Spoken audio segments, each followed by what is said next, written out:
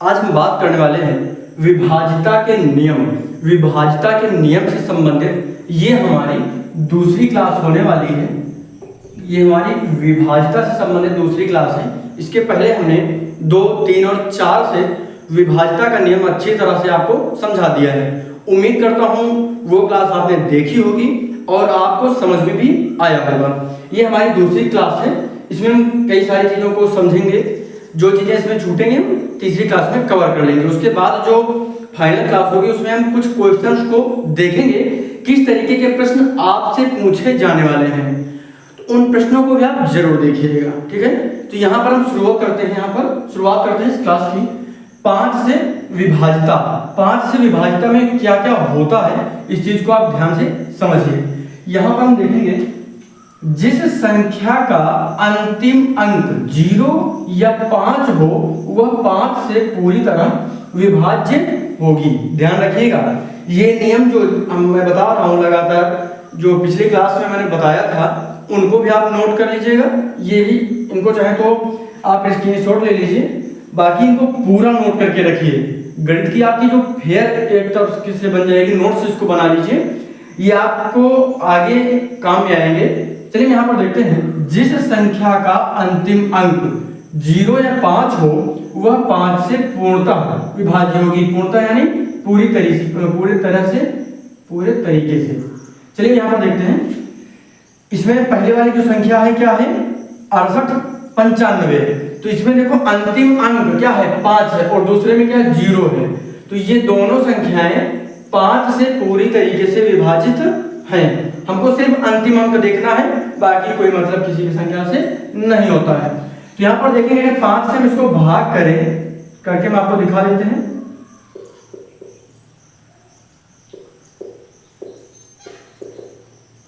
अड़सठ 95।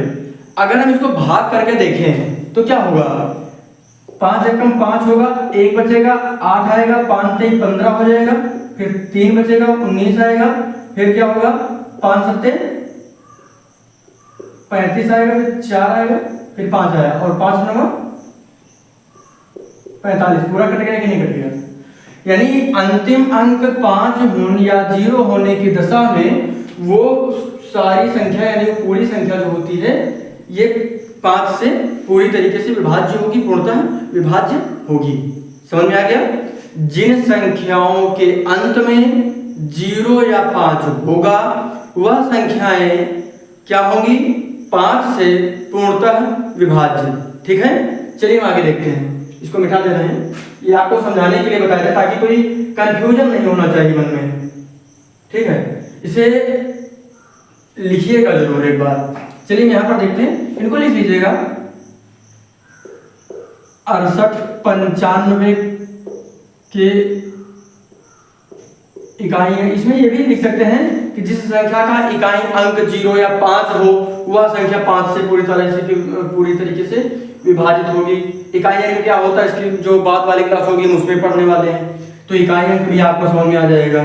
तो यहाँ पर इसलिए लेंगे संख्या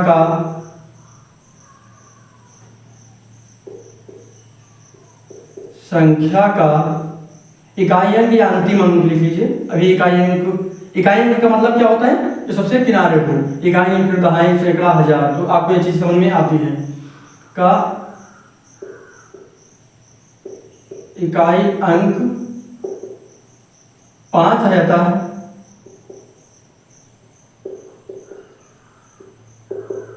अतः यह संख्या 5 से पूर्णतः विभाज्य होगी। ठीक है, इसी तरह इसमें भी लिख लीजिएगा 360 में जिसका इकाई अंक 0 आता है ये भी पूरी तरीके से विभाज्य होगी। चलिए यहाँ पर देखते हैं अगला 6 से विभाज्यता। इसमें क्या होता है, जो संख्या 2 और 3 से पूर्णतः विभाज्य होगी वह संख्या 6 से भी पूर्णतः विभाज्य होगी। कहने का मतलब जो भी संख्या 2 से पूरी तरीके से कट रही और साथ में 3 से भी वो संख्या कट रही है तो वह संख्या 6 से भी पूरी तरीके से कटेगी। इसके लिए जरूरी है 2 की जो विभाज्यता का नियम है और 3 से विभाज्यता का जो नियम है उसे आप जरूर देखिएगा। इसीलिए मैं कह रहा हूँ हमारे चैनल को सब्सक्राइब करिए और जो पिछली क्लास में मैंने बताया है उसे आप जरूर देखिएगा। उसका लिंक मैं नीचे वीडियो के डिस्क्रिप्शन में दे दूंगा, तो वहां से जाकर उसे आप देख सकते हैं। बाकी आई बटन में भी मैं लिंक दे दूंगा, तो वहां से भी देख सकते हैं। तो यहाँ पर हम देखेंगे क्या लिखा हुआ है 624। अब इसको जोड़, पहले 2 से देखिए, तो 2 से ये कट जाएगी। क्यों कट जाएगी? क्योंकि एक जो है सम संख्या है। सम संख्या होने की दशा में वह 2 से पूरी तरीके से कट जाएगी, यानी पूर्णतः विभाज्य होगी। तो ये संख्या सम है इसलिए 2 से कट जाएगी। अब 3 से विभाज्यता का जो मैंने नियम बताया था, 3 से विभाज्यता का मैंने नियम बताया था, इन सभी संख्याओं का जो योग होगा 3 से पूर्णतः विभाज्य होगा। 6 और 2 कितना होता है? 8, और 8 और 4 12। तो यहाँ पर आएगा 12। 12 को अगर फिर जोड़ दीजिए, फिर से वही प्रक्रिया कर लीजिए, तो 2 और 1 3, 3 से 3 एक बार में कट जाएगा, या फिर 12 को ही भाग करके चेक कर लीजिए। 3 से भाग करेंगे, 3 चौके 12, तो पूरा कट रहा है ना। तो 2 से भी ये कट रहा है क्योंकि यह एक सम संख्या है, और 2 से कट रहा है क्योंकि यह सम संख्या है, और 3 से इसलिए कट रहा है क्योंकि इनका जो जोड़ है वह 12 आ रहा है। तो यह 6 से भी पूरी तरीके से विभाज्य होगी, इसमें कोई भी शंका नहीं है। ठीक है, तो यहां पर क्या हो जाएगा, यहां लिख लीजिए संख्या 624 6 से पूर्णतः विभाज्य होगी।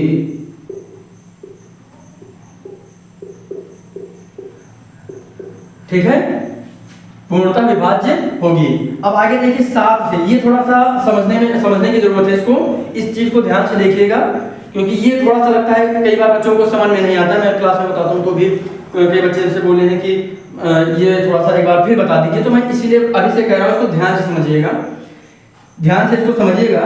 7 से विभाजिता संख्या के अंतिम अंक को दोगुना करके शेष अंकों से बनी संख्या में से घटाने पर जो संख्या मिले, अगर वह संख्या 7 से विभाज्य है तो वह संख्या 7 से पूर्णतः विभाज्य होगी। चलिए यहां पर इसको समझा देते हैं आपको।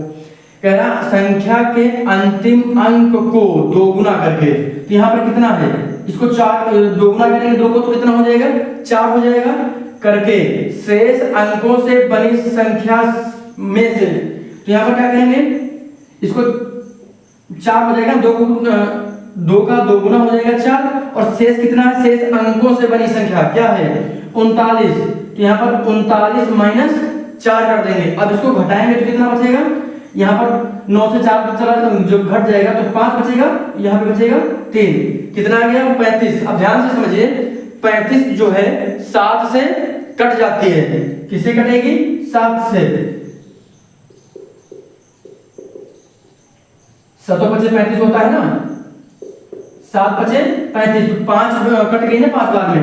तो यह संख्या जो मिली है हमको, घटाने पर जो संख्या मिले, यानी यह संख्या हमको मिली है, अगर वो 7 से पूर्णतः विभाज्य है तो, पूर्णतः विभाज्य है, ठीक है, तो वह संख्या 7 से पूर्णतः विभाज्य होगी।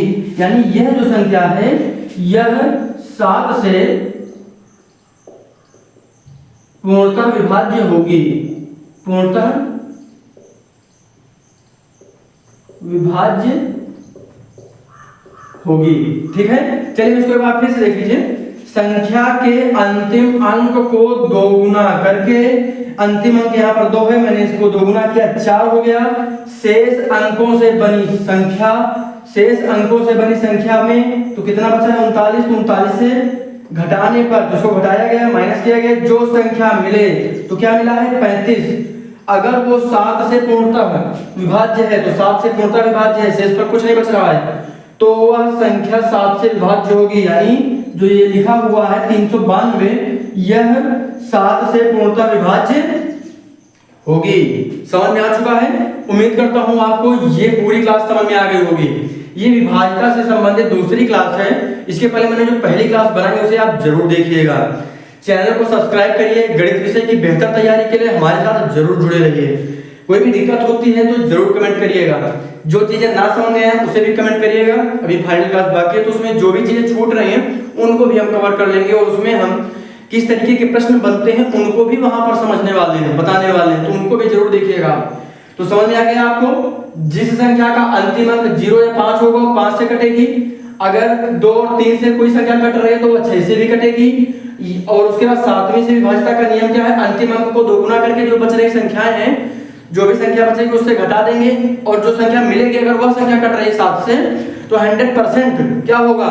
वह संख्या ये जो 392 है ये पूरी तरीके से 7 से कटेगी। क्लियर हो गया? उम्मीद करता हूँ ये वीडियो आपको पसंद आया होगा।